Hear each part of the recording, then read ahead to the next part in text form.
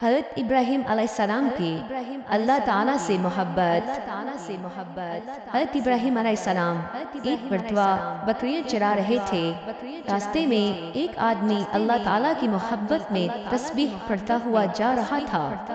حضرت ابراہیم علیہ السلام کو یہ جملے بڑے اچھے لگے، اور ظاہر بات ہے جس سے محبت ہوتی ہے اس کے ذکر میں دل کو لذت ملتی ہے اور دل اس کے لیے بے قرار ہو جاتا ہے۔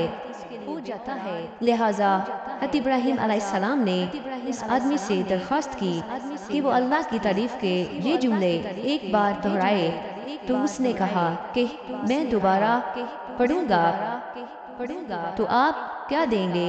حضرت ابراہیم علیہ السلام نے فرمایا کہ میں اپنی آدھی بکریاں دے دوں گا۔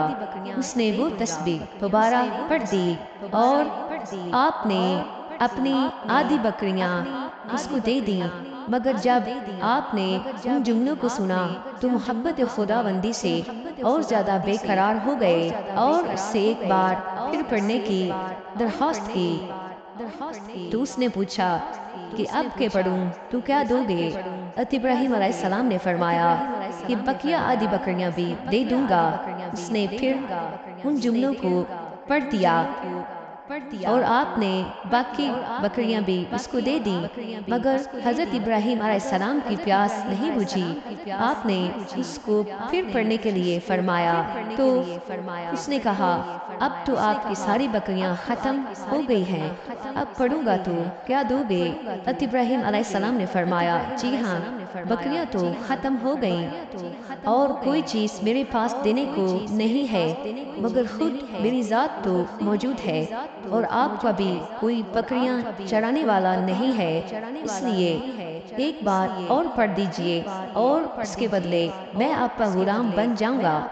آپ مجھ سے ان بکریوں کو چرانے کا کام لے لیں۔ یہ سن کر اس آدمی نے کہا کہ دراصل میں اللہ تعالیٰ کا فرشتہ ہوں، تمہارا امتحان دینے آیا تھا کہ آپ کو اللہ تعالیٰ سے محبت کتنی ہے، میں یہ دیکھنا چاہتا تھا۔ آپ کامیاب ہو گئے، یہ لیجئے آپ کی بکریاں۔ اللہ اکبر!